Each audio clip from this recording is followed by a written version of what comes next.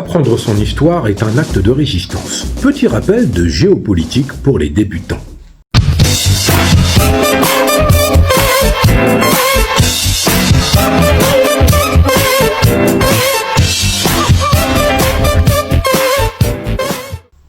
On va parler de guerre.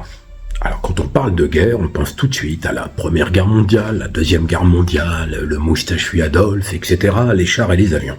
Et quand on va avancer sur les générations qui sont nées après tout ça, et qui, bon, moi je suis pas né non plus en 1939, mais qui vont peut-être avoir une autre image de la guerre, qui vont peut-être être la génération jeux vidéo, ils vont penser à Call of Duty, etc., et puis surtout ils vont penser à l'Irak.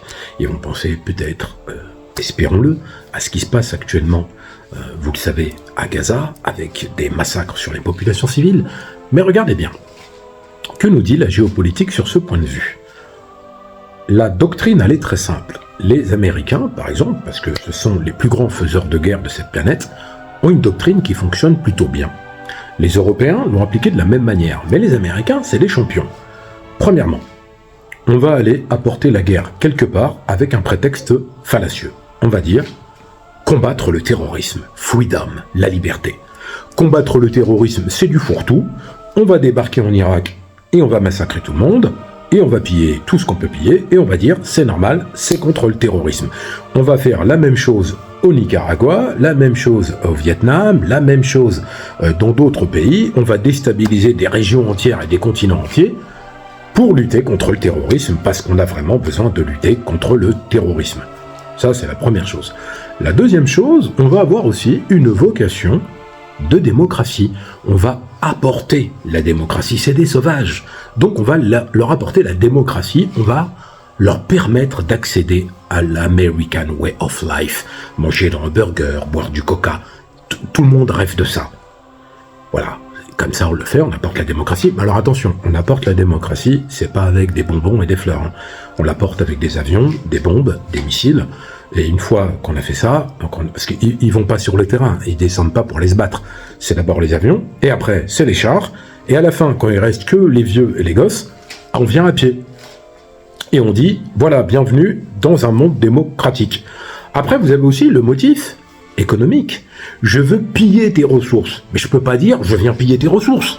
Donc qu'est-ce que je fais ? Eh ben, je fais une guerre. Soit je te fais la guerre pour tes ressources, mais sans te le dire, en disant démocratie plus terrorisme, ou alors, je viens fabriquer une guerre. C'est-à-dire que je vais financer ton opposant, l'armer, et lui dire, mais vas-y, prends la place est là, va te battre. Et là, on a fabriqué une guerre entre deux États ou une guerre civile, et on attend.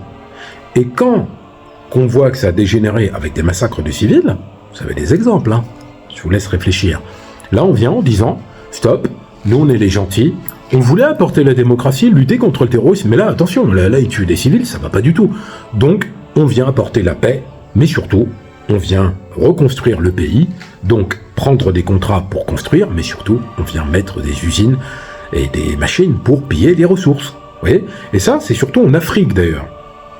Et après, vous avez aussi un volet qu'on appelle hégémonique, ou politique si vous voulez. C'est-à-dire qu'en fait, on a une idéologie d'écrasement des autres pour pas qu'ils montent. Parce que quand vous avez la puissance militaire mondiale, la première, c'est les États-Unis, ils s'inquiètent par exemple que la Chine puisse monter, ou la Russie. Mais vous n'avez pas d'équivalent au monde sur la puissance militaire américaine d'un point de vue du matériel. Voilà, c'est le numéro 1, ils investissent plus de 700 milliards de dollars. Allez regarder les budgets des armées, vous allez vous dire c'est pas possible. Mais l'Amérique fait ça pourquoi ? C'est pas parce qu'ils se préparent à faire des guerres avec tout le monde, c'est qu'ils apportent la démocratie, ils luttent contre le terrorisme, et surtout c'est le pays de la liberté. Donc ils vont amener la liberté et pacifier le monde entier. Pour ça, il faut une grosse armée et il faut des gros moyens. Mais c'est pour vous dire en fait que cette hégémonie doit être maintenue en maintenant les autres en dessous. Parce que si vous avez une Afrique puissante, l'AES, etc., et que ça s'étend, ah ben ça va pas faire l'affaire des Américains, ni des Occidentaux, enfin ni de l'Europe, elles vont pas être contents. Donc on reviendra au cycle vertueux, la démocratie, la lutte contre le terrorisme et la pacification des régions. Tout ça pour vous dire que on ne laissera pas monter ce qu'ils appelaient avant le tiers-monde, ce qu'ils appelaient avant les pays en sous-développement. On les laissera pas monter, parce que si on les laisse monter, c'est uniquement pour consommer. Et consommer quoi ? Des produits américains, de l'Occident et maintenant de Chine. Donc, quand ce sont des consommateurs, tout va bien, mais s'ils commencent à dire on va faire nos propres voitures, on va faire nos propres matériaux, on va fabriquer notre industrie la manufacture, j'ai du mal, et bien là, tout d'un coup, on ne sait pas pourquoi, il va y avoir une lutte contre le terrorisme et une volonté de démocratie. Vous voyez, quand on a compris comment ça fonctionne, on commence à avancer. Et pour être convaincu jusqu'au bout de mon argument, regardez le début du déclenchement de la guerre du Vietnam.